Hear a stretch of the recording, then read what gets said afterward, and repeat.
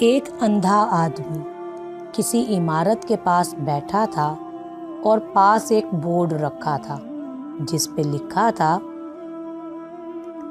میں اندھا ہوں، برائے مہربانی میری مدد کریں۔ ساتھ میں اس کی ٹوپی پڑی ہوئی تھی جس میں چند سکے بھی تھے۔ ایک آدمی وہاں سے گزر رہا تھا۔ اس نے اپنی جیب سے چند سکے نکالے اور ٹوپی میں ڈال دیے۔ اچانک اس کی نظر بورڈ پر پڑی۔ اس نے بورڈ کو اٹھایا اور اس کی دوسری جانب کچھ الفاظ لکھے اور بورڈ کو واپس رکھ دیا تاکہ لوگ اس کو پڑھیں۔ آدمی کے جانے کے بعد کچھ ہی دیر میں ٹوپی سکوں سے بھر گئی۔ دوپہر کو وہی آدمی واپس جانے کے لیے وہاں سے گزر رہا تھا کہ اندھے نے اس آدمی کے قدموں کی آہٹ کو پہچان لیا اور اس سے پوچھا کہ تم وہی ہو جس نے صبح میرے بورڈ پر کچھ لکھا تھا؟ آدمی نے کہا، ہاں میں وہی ہوں۔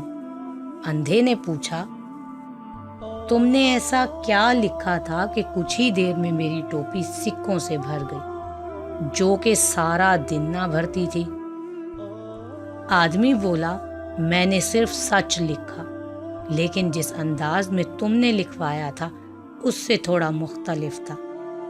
میں نے لکھا، آج کا دن بہت خوبصورت ہے لیکن میں اس قابل نہیں کہ اس کا نظارہ کر سکوں۔ آدمی نے اندھے کو مخاطب کر کے کہا، تم کیا کہتے ہو کہ جو پہلے لکھا تھا اور جو میں نے بعد میں لکھا دونوں کا اشارہ ایک ہی طرف نہیں ہے؟ اندھے نے کہا، یقیناً دونوں تحریریں یہی بتاتی ہیں کہ آدمی اندھا ہے، لیکن پہلی تحریر میں سادہ لفظوں میں لکھا تھا کہ میں اندھا ہوں، اور دوسری تحریر لوگوں کو بتاتی ہے کہ آپ سب بہت خوش قسمت ہیں کہ آپ اندھے نہیں ہیں۔ ہمیں ہر حال میں اللہ کا شکر ادا کرنا چاہیے۔ ہمارا ذہن تخلیقی ہونا چاہیے، نہ کہ لکیر کے فقیر جیسا۔ ہمیں ہر حال میں مثبت سوچنا چاہیے۔ جب زندگی آپ کو 100 وجوہات دے رونے کی، پچھتانے کی، تو آپ زندگی کو 1000 وجوہات دیں مسکرانے کی۔ افسوس کے بغیر اپنے ماضی کو تسلیم کریں، اعتماد کے ساتھ حال کا سامنا کریں اور خوف کے بغیر مستقبل کے لیے تیار رہیں۔